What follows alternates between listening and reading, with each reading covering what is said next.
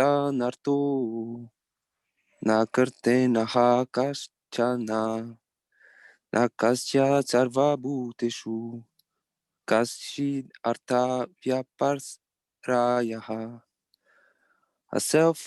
Translation: a self-realized man has no purpose to fulfill in the discharge of his prescribed duties, nor has he any reason not to perform such work, nor has he any need to depend on any other living being. Purport: a self-realized man is no longer obliged to perform any prescribed duty, save and except activities in Krishna consciousness. Krishna consciousness is not inactivity either, as will be explained in the following verses. A Krishna conscious man does not take shelter of any person, man or demigod. Whatever he does in Krishna consciousness is sufficient in the discharge of his obligation. So Lord Krishna is describing about a self-realized man. In other words, he's already understood his spiritual position. But Lord Krishna is describing that he will work. It's not that he won't do anything. He doesn't have to do anything, but there's no reason why he shouldn't do anything either. And so Prabhupada mentions that a Krishna conscious person, meaning a self-realized person, that he shouldn't be lazy. He should work. He should be active. But he should work in Krishna consciousness. Whatever he does, you do it for the pleasure of Krishna.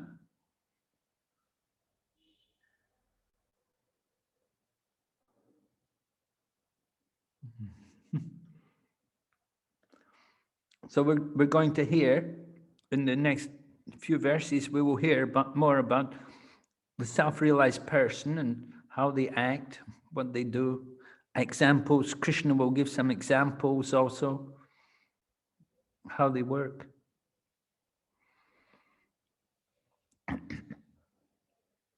He doesn't have any obligation to do it, but why shouldn't he do it? So he will work, and the reason why he will work is to show the example for others. Because if somebody says, well, I'm self-realized, so I don't work, then it will be a bad example for others, right? Because everyone will say, well, I'm also self-realized, I'm also not going to work. And so it's very important that the self-realized people also show the example.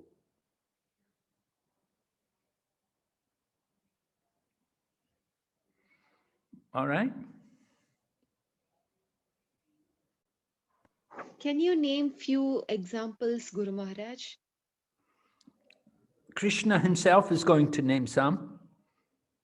He's going to give, he will mention King Janak Maharaj, that he was self-realized, but he performed his duty, he worked, he did his duty, he ruled.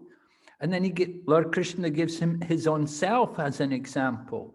Lord Krishna says, I also work, I also do my duties. I don't have to do anything. Lord Krishna's the Lord of everything, doesn't have to do anything, but he works. Those are the two examples which are going to be given here in the 3rd chapter.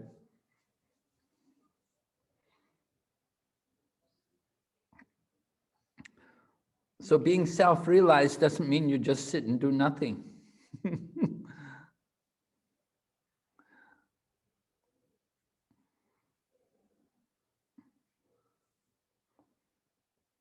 All right?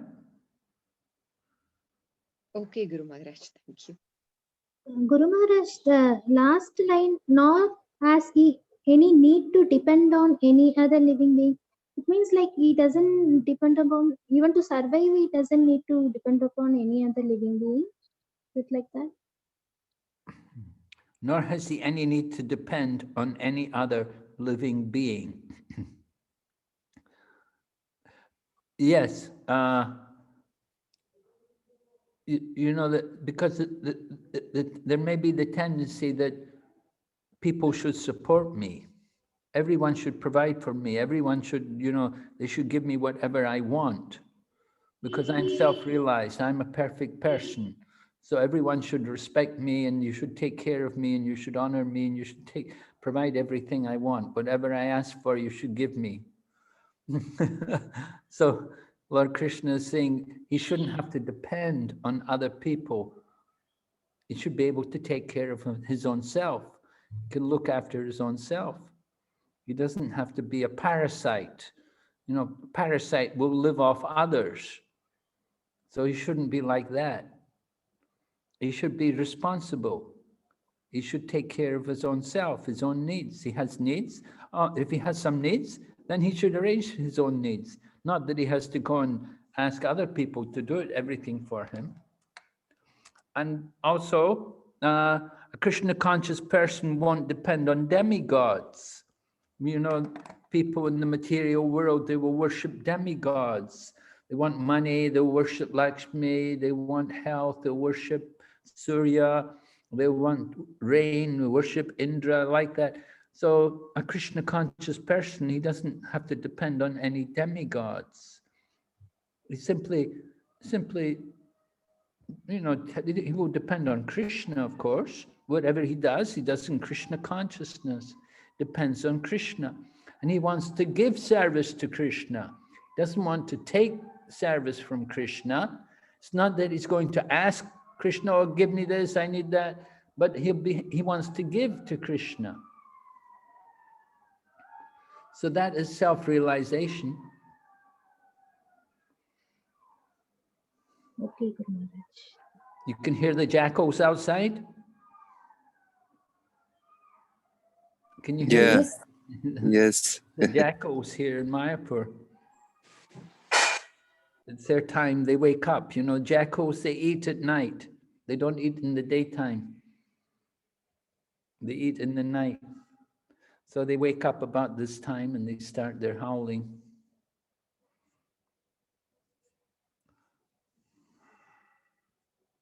Okay, we'll go to the next verse.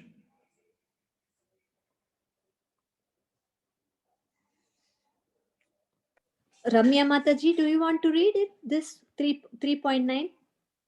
Yes, Vaishnavi. Thank you, Mataji. Tasmad askata satham karyam karma samashara asatohi asharan karma param apanoti purusha. Translation. Therefore, without being attached to the fruits of activities, one should act as a matter of duty, for by working without attachment, one attains the supreme purport. The supreme is the personality of Godhead for the devotees and liberation for the impersonalist. A person, therefore, acting for Krishna or in Krishna consciousness under proper guidance and without attachment to the result of the work is certainly making progress towards the supreme goal of life. Arjuna is told that he should fight in the battle of Kurukshetra for the interest of Krishna because Krishna wanted him to fight.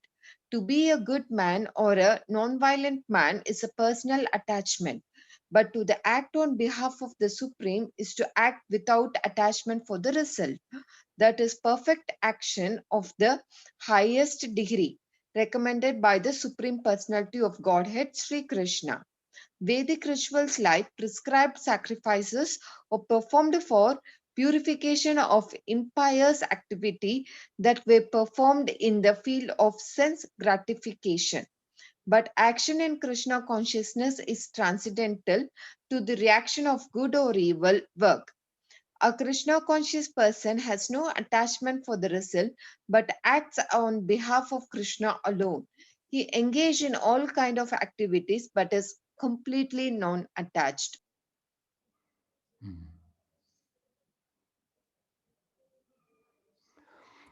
So this is describing detached work. Detached work we would describe as Niskam Karma Yoga. You see, Lord Krishna is not really describing bhakti yoga yet. He's saying working without being attached to the fruit, one should act as a sense of matter of duty. And when we work without attachment, then you reach the supreme. So this is the power of karma yoga. Karma yoga is the preliminary phase of bhakti yoga. You see, we learn to work for the supreme and working in a detached manner. Of course, it's difficult to be detached from the result because we're very attached with the nature of our lives in this world is full of attachment. So we have to purify that attachment. We have to understand that nothing is actually mine. Everything belongs to God. So Srila Prabhupada explains, the Supreme is the personality of Godhead for the devotees. For devotees, we understand there's Krishna, there's the Supreme Lord. But for the impersonalists, they think everyone is God. So for them, the Supreme is liberation. Liberation means for them merging, entering into the oneness, becoming one with that Brahman. That is the Supreme for the impersonalist. For the devotees, we think of Krishna as the Supreme, but for the impersonalists, it's Brahman. So a person acting for Krishna in Krishna consciousness under proper guidance without attachment is certainly making progress towards the goal of life. Of course, it's difficult. It's a high stage. Then Prabhupada gives the example, he said, just like Arjuna. Arjuna, he should fight in the battle of Kurukshetra because Krishna wanted him. Krishna wants him to do it. So it's just simply to be a good person. You know, we may think, oh no, I just want to be a good person. I don't want to be violent. I want to be non-violent. Prabhupada said, this is personal attachment. We're attached to this. But to act on behalf of the Supreme, to follow the instruction of the Supreme, that is really detachment. That is to act without attachment. And this is perfect action. This, of course, it's a high stage. To follow the orders of Lord Krishna. Then Prabhupada talks about Vedic rituals, like performing sacrifices. They're done to get rid of sinful reactions, to free us from past sins. Because when we all like sense gratification, and for sense gratification, we do things which are not really correct. So we have to atone for them. We have to purify ourselves from the reactions from these sins. And we should do some people would do sacrifices, a Vedic ritual. But better than a Vedic ritual is Krishna consciousness.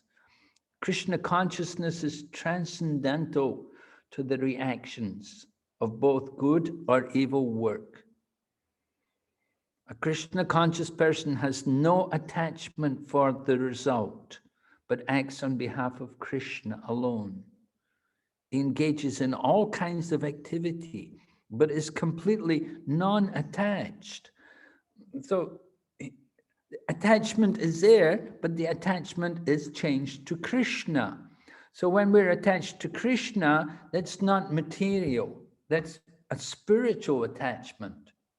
So this is the point, that the Krishna conscious devotee, he's attached to Krishna. There's still going to be attachment.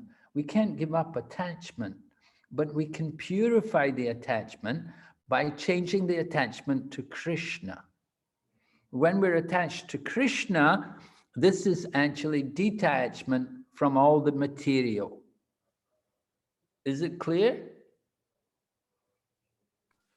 Any question? Yes, Guru Maharaj. I have a question, Guru Maharaj. Yes. When you mention karma yoga about this verse, can we mention to Sankhya yoga as well? Sankhya Practicing- yoga? Yeah. Yeah. Generally, Sankhya Yoga is more, the primary focus of Sankhya is knowledge. Karma Yoga is activity, just like Arjuna is going to fight. But Sankhya Yoga is based more on knowledge, and then secondary phase of Sankhya Yoga is meditation. And austerities, right? Okay.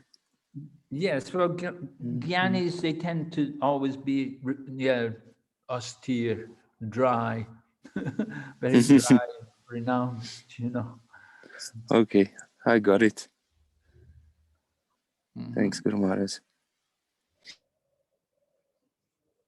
Any other question or comment?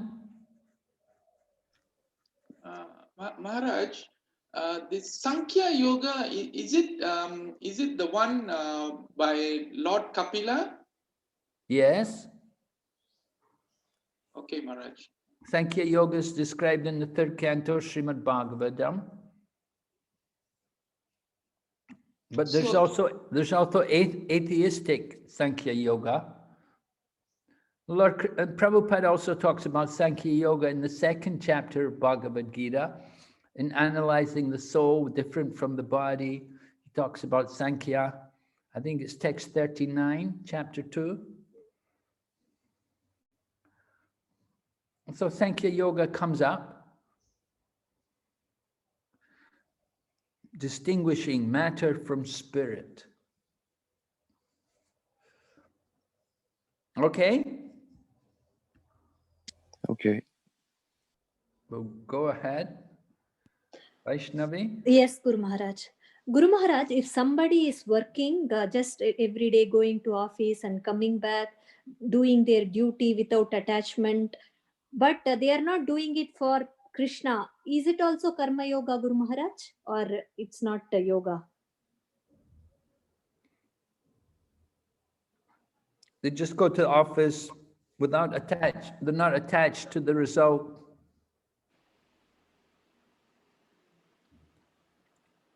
Well, Karma Yoga, you have to offer the result to somebody.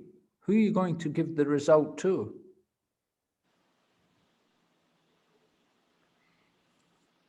There's two kinds of Karma Yoga.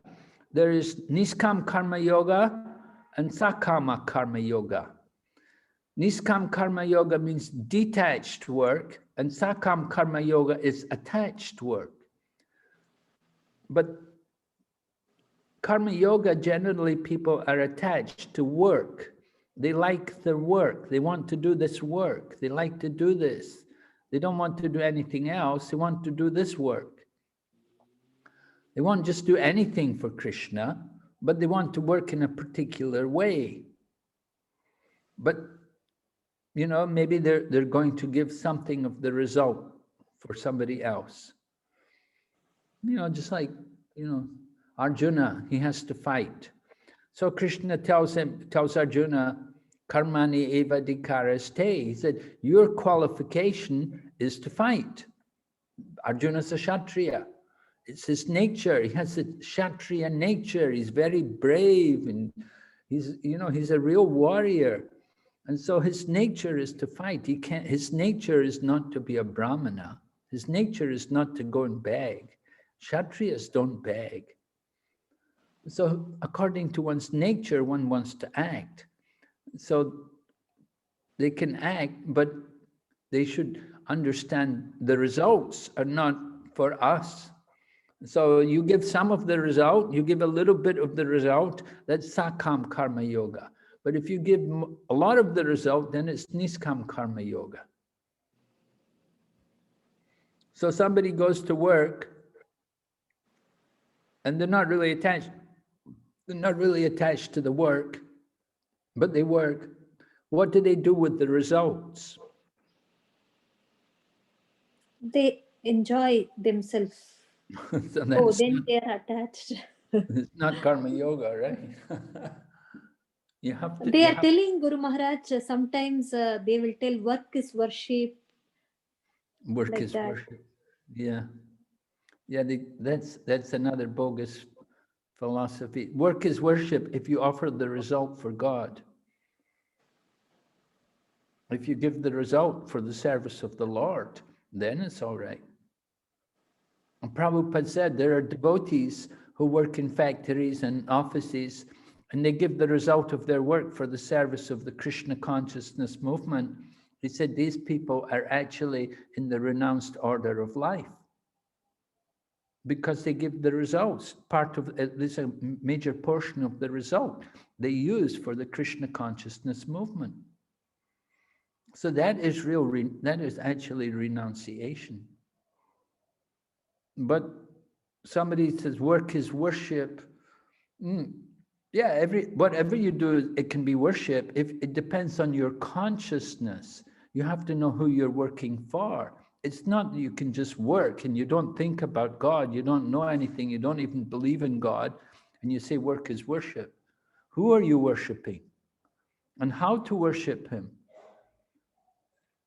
So Krishna says, all that you do, all that you eat, all that you offer and give away should be done as an offering for me. All right, so you work for Krishna, you offer the work to Krishna. You're working on behalf, if your work is worship, then you offer that work for the service of Krishna. And you have to do it for his pleasure, for his satisfaction. And you may give some of the result, and you may give more of the result. But the consciousness is very important. If one has that consciousness that he's working for Krishna, it's very good. But it's not that just because you're working, that work is worship. You have to know who you have to have the right attitude. The mind has to be focused that I'm working for Krishna, I'm doing this for Krishna. When somebody never chants the holy name, they never go to temple, they never offer obeisances to the Lord, and they say work is worship, I don't believe it. We have to see the consciousness has to be there. It's not just saying something, you have to show it, we have to see it by the consciousness, the heart. Right? Yes, Guru Maharaj. Yeah, well, everyone's working. Does it mean everyone is worshipping? Who are they worshipping? There are many different people worship many different things. One man was worshipping Hitler. During the war, Prabhupada said there was this one man, he made a lot of money during the war because he was able to sell goods at a high price. So he was worshipping Hitler because Hitler was keeping the war going. So he was worshipping him because he could make more money. So is that worship? You know, people worship ghosts. People worship evil spirits. Is that also worship? So you say work is worship. Who are you worshiping? You're worshiping the work? It doesn't make sense. So people talk many foolish things, you know, many nonsense philosophies. And they don't really know. They don't really think seriously about it.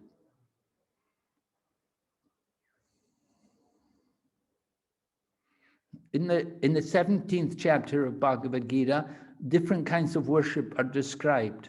There's worship in goodness, worship in passion, and worship in ignorance. So work is worship. Somebody's working in the bar, selling alcohol. Is that worship? What kind of worship is it? Worship in ignorance, yes. So we have to talk to these people, and we have to convince them by argument, by giving them proper logical arguments and defeat their nonsense philosophies. People talk so many stupid things, bogus, nonsense things.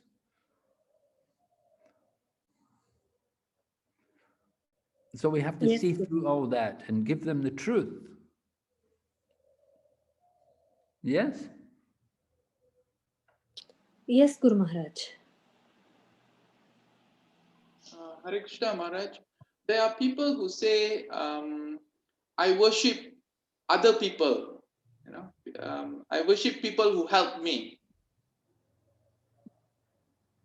Anybody who helps me, I worship them, you know, something like that.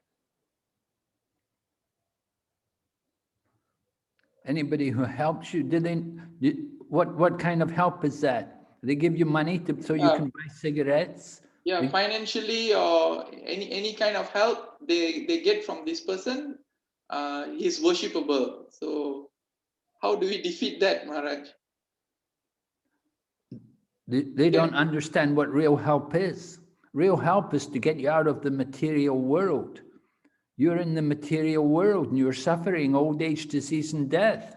You're going to take another body in the material world. You're suffering. They're not helping you. They're just helping you continue your suffering.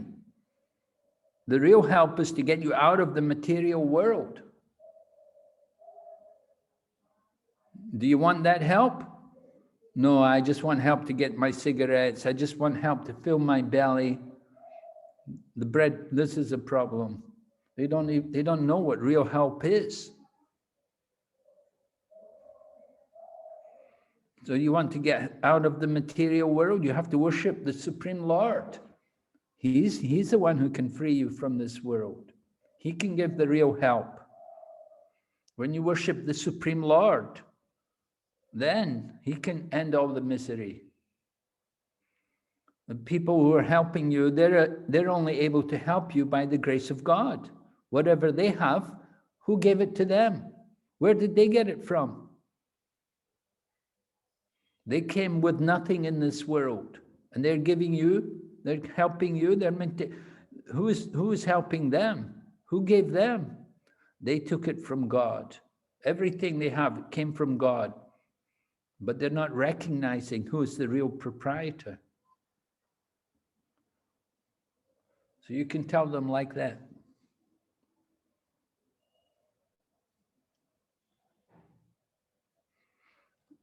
Just like the communists, you know, they used to make propaganda to get people to join the Communist Party. And they would come to people and they'd say to people, go and pray to your God. Go and ask your God to give you bread. And the people would go to the temple and they'd pray. And then they'd come out and the communists would say, well, did God give you bread? And they'd say, no, he didn't give any bread yet. So then the communists would say to them, people, then you ask us to give you bread. So the people pray, oh, my dear communists, can you give us bread? And the communist people said, right, just wait, we will bring the bread right now. And they called up and the bread van came and they gave bread to everyone. So all the people became communists. They thought, oh, very good, these communists are greater than God. But they never asked the communists, who gave them the bread? Who gave them the wheat? Who allowed the wheat to grow? Who gave them the heat for the fire, for the oven to bake the bread? Who gave them all these facilities? Everything comes by the grace of God. We are actually all thieves. We're taking what belongs to God, but we're claiming, I'm the proprietor. This is mine. I did this. All right? It's like the gang of thieves. It's like a gang of thieves. The thieves go and steal from some rich man and then take all the gold they've stolen from the rich man's house. And then the thieves all meet together and they say, let's divide everything up honestly.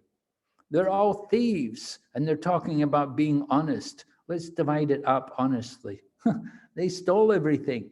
So in this material world, so many thieves are there, big thieves. They've all stolen the property of God. Prabhupada was on the morning walk and they were telling Prabhupada, this is the home of a very rich man. And he has a big oil mine. He's drilling oil. And the devotees told Prabhupada, we're going to preach to him, Prabhupada. So Prabhupada said, oh, really? What are you going to preach to him? So then devotees were thinking, and one devotee said, oh, Prabhupada, we'll tell him he's not the body. And Prabhupada said, do you think he will listen? And somebody else said, we'll tell him, he has to surrender to Krishna.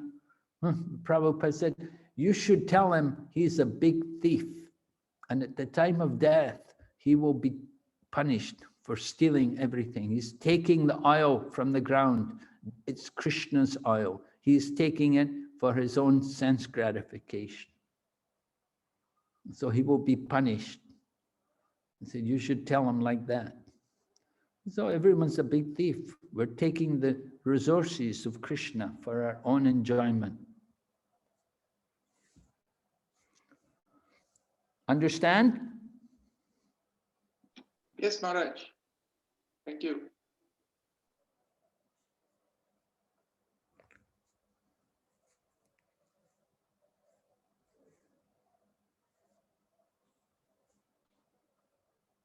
Simon Prabhu, do you want to read this verse? Please.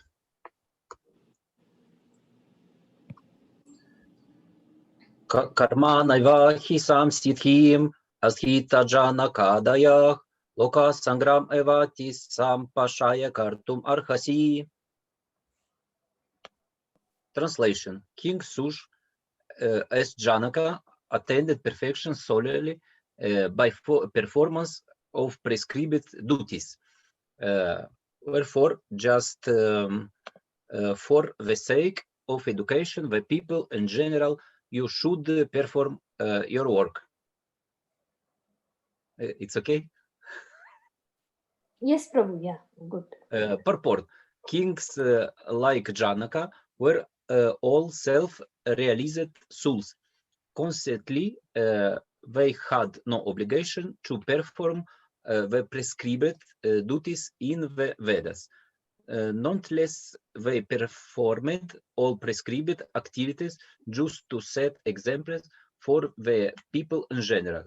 Janaka was the father of Sita and father-in-law of Lord Sri Rama.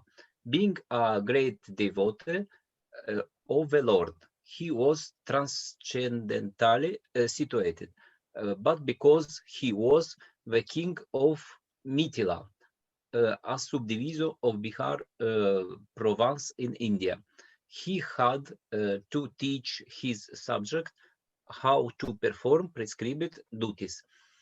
Lord Krishna and Arjuna, the Lord's eternal friend, had no need to fight in the battle of Kurukshetra, but they would to teach people in general that violence is also necessary in a situation where good arguments fail.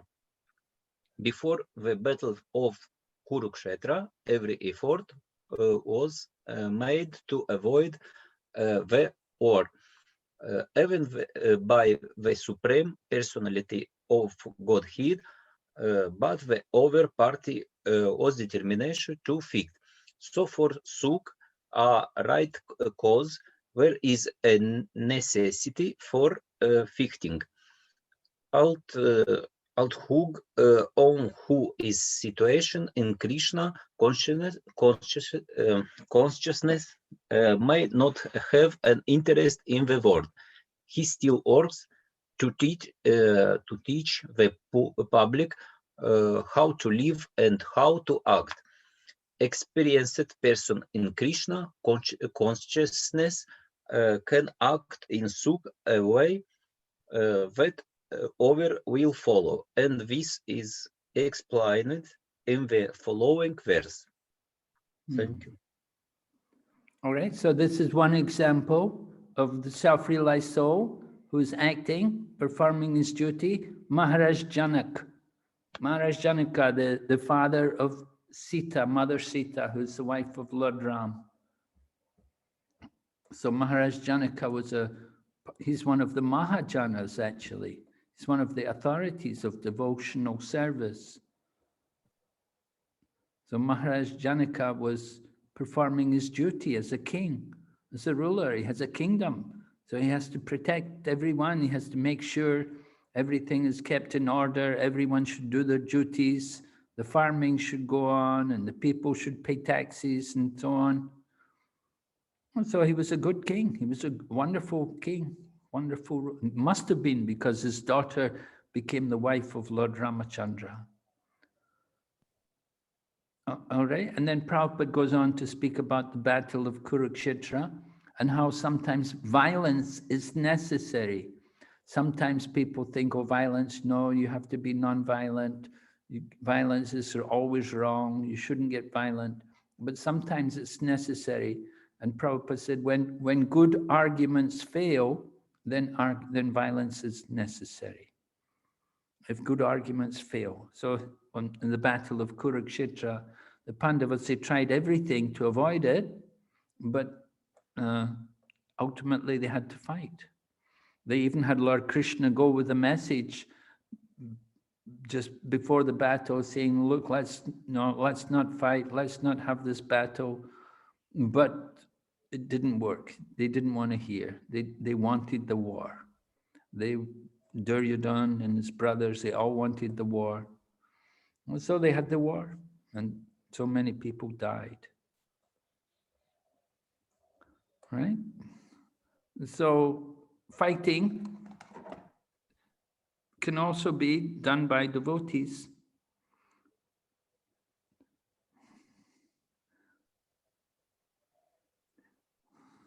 And Prabhupada talks about how it's important for somebody in Krishna consciousness to show the right example. They have to show people how to live and how to act.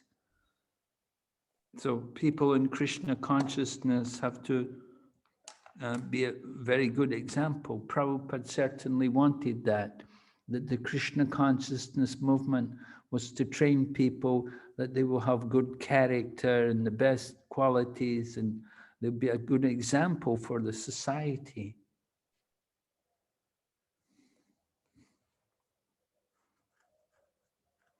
The world needs good examples. They need to see people who are not greedy and who are not lusty and who are not just thinking of their own self, but who are really concerned about the good of others.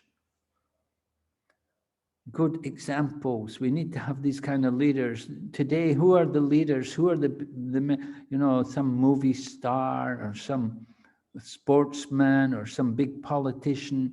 They're all greedy people, lusty people, nasty people. But devotee will have the best character, he will show the best example, and he's thinking of the welfare of everyone. Ideally, it should be like that.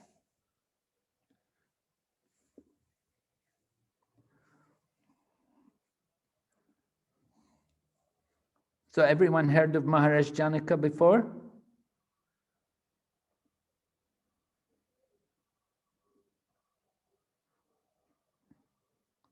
Simon, did you know about Maharaj Janaka?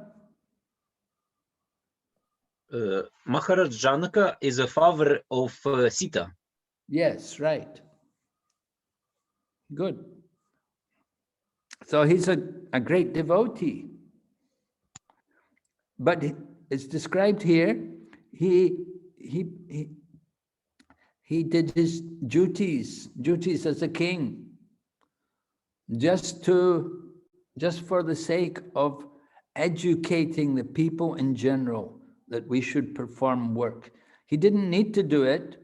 He could have had other people do it. He could have just stayed, he's a king. He doesn't need to do everything, but he did it because he wants to show the example. He wants other people. Because if he doesn't do it, other people will follow his example. The king has to show the right example. Must be ideal in character. Very important.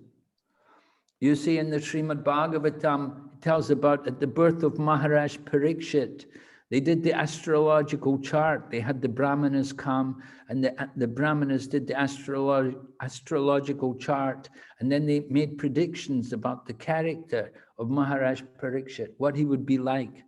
Because the Pandavas knew he's the heir to our throne. He's going to be our successor.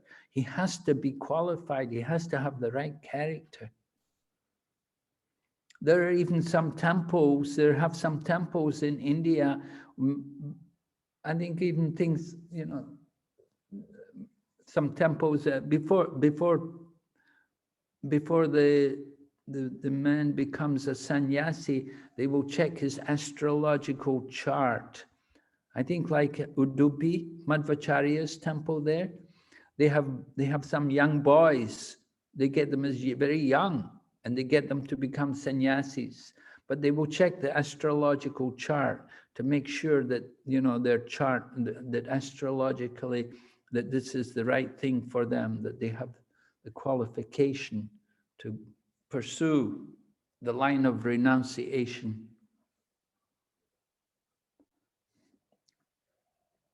So Maharaj Janaka, he's a Kshatriya, they also have to have qualifications. They have to be very qualified. In Bhagavad Gita, Krishna describes the qualities of the kings, that they have Ishvara Bhav, they're very powerful controllers, they can order and instruct others to do things. And they're very charitable also. Maharaj Janaka would give charity, he would give so much charity. He'd give to everyone without discrimination. He was so generous. All right. Vaishnavi? Yes, Guru Maharaj. Yeah, Guru Maharaj, we I can. think we should, are we going to chant Yeah. around today? Yes, Guru Maharaj, we can go for chanting.